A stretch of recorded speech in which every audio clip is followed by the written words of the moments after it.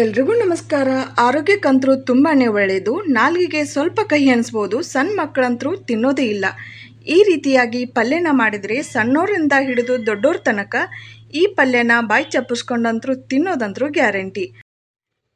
Diabetes ಇರೋರ ಆರೋಗ್ಯಕ್ಕಂತರೂ ತುಂಬಾ ಒಳ್ಳೆಯದು. ವಾರದಲ್ಲಿ ಒಂದಿನಾದರೂ ಈ ರೀತಿಯಾಗಿ ಪಲ್ಯನ ಮಾಡೋದಕ್ಕೆ ಟ್ರೈ ಮಾಡಿ. ಮೊದಲಿಗೆ 2ರಿಂದ 3 ಹಾಗಲಕಾಯಿನ ತೆಗೆದುಕೊಂಡಿದ್ದೀನಿ. ಅದನ್ನು ರೌಂಡ್ ಶೇಪಲ್ಲಿ ಕಟ್ ಮಾಡ್ಕೊತಾ ಇದ್ದೀನಿ. ಒಂದು ಕಡೆ ಬೌಲ್ನಲ್ಲಿ ನೀರಿಟ್ಕೊಂಡು ಅದಕ್ಕೆ 1 ಟೀ ಸ್ಪೂನಷ್ಟು ಉಪ್ಪನ್ನು ಹಾಕಿ ಈ ಕಟ್ ಮಾಡ್ಕೊಂಡಿರುವಂಥ ಹಾಗಲಕಾಯಿನ ಎಲ್ಲ ಅದರಲ್ಲಿ ಬೀಜ ತಗೊಂಡು ಹಾಕ್ತಾಯಿದ್ದೀನಿ. ನಮ್ಮ ಮನೆಯಲ್ಲಿ ನಮ್ಮ ತಾಯಿ ಹೇಳ್ತಾ ಇದ್ಲು, ದೇಹದಲ್ಲಿ ಒಂದು ಕರಳು ಉಪವಾಸ ಇರುತ್ತಂತ. ಈ ರೀತಿಯಾಗಿ ಪಲ್ಯನ ಮಾಡ್ಕೊಂಡು ತಿಂದ್ರೆ ಆ ಉಪವಾಸನ ಮುರಿಬೋದಂತ, ದೇಹಕ್ಕೂ ತುಂಬಾ ಒಳ್ಳೆಯದಂತ ಹೇಳ್ತಾ ಇದ್ಲು.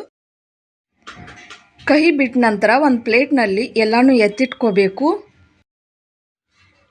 ಒಲೆ ಮೇಲೆ ಒಂದು ಕಡಾಂಗಿನ ಇಟ್ಕೊಂಡು ಅದು ಕಾದಾದ ನಂತರ ಎಲ್ಲ ಹಾಗಲಕಾಯಿನ ಅದರಲ್ಲಿ ಹಾಕ್ಕೋಬೇಕು.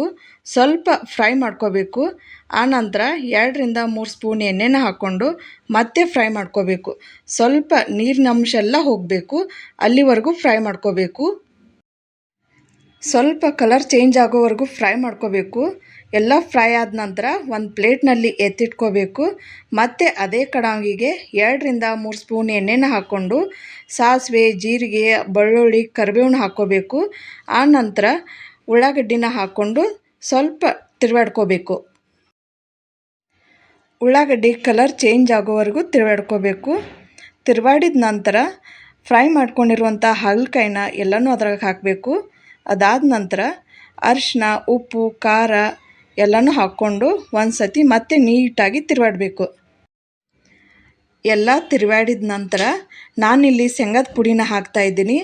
ಗುರೆಳ್ಳು ಪುಡಿ ಇತ್ತಂದರೆ ಗುರೆಳ್ಳು ಪುಡಿನೂ ಹಾಕ್ಬೋದು, ಆದರೆ ನಾನಿಲ್ಲಿ ಶೇಂಗಾದ ಪುಡಿನ ಹಾಕ್ತಾಯಿದ್ದೀನಿ. ಸ್ವಲ್ಪ ಹುಣಸೆ ಹುಳಿನ ಹಾಕ್ತಾಯಿದ್ದೀನಿ. ಸ್ವಲ್ಪ ಬೆಲ್ಲನ ಹಾಕ್ಕೊಂಡು, ಬೆಲ್ಲ ಹಾಕೋದ್ರಿಂದ ಸ್ವಲ್ಪ ಕಹಿ ಕಡಿಮೆ ಆಗುತ್ತೆ, ಅದಕ್ಕೆ ನಾನು ಬೆಲ್ಲ ಹಾಕ್ತಾಯಿದ್ದೀನಿ. ಎಲ್ಲ ಮಸಾಲೆನೂ ಹಾಕಿದ ನಂತರ ಸ್ವಲ್ಪ ನೀರು ಹಾಕಿ ಒಂದು ಪ್ಲೇಟ್ ತೊಗೊಂಡು ಮುಚ್ಚಬೇಕು. ಪ್ಲೇಟ್ ಮುಚ್ಚಿದ ನಂತರ ಒಂದು 5 ನಿಮಿಷ ಹಾಗಲಕಾಯಿನ ಕುದಿಯೋಕ್ಕೆ ಬಿಡಬೇಕು. ಅಂದರೆ ಹಾಗಲಕಾಯಿ ಮೆತ್ತಗಾಗೋವರೆಗೂ ಕುದಿಸ್ಬೇಕು. ಮೊದಲಿಗೆ ನಮ್ಮ ಮನೆಯಲ್ಲೂ ಯಾರೂ ಹಾಗಲಕಾಯಿ ಪಲ್ಯನ ತಿಂತಾ ಇರಲಿಲ್ಲ. ಈ ರೀತಿಯಾಗಿ ಮಾಡಿಕೊಡೋದ್ರಿಂದ ಎಲ್ಲರೂ ತಿನ್ನೋಕ್ಕೆ ಶುರು ಮಾಡಿದ್ದಾರೆ. ಈ ವಿಡಿಯೋ ಇಷ್ಟ ಆಗಿದ್ದಲ್ಲಿ ಲೈಕ್ ಕೊಡಿ, ಶೇರ್ ಮಾಡಿ, ಸಬ್ಸ್ಕ್ರೈಬ್ ಆಗಿ. ನೀವು ಒಂದು ಸತಿ ಮನೆಯಲ್ಲಿ ಟ್ರೈ ಮಾಡಿ ನೋಡಿ ಹೇಗೆ ಬಂತಂತ ಹೇಳಿ.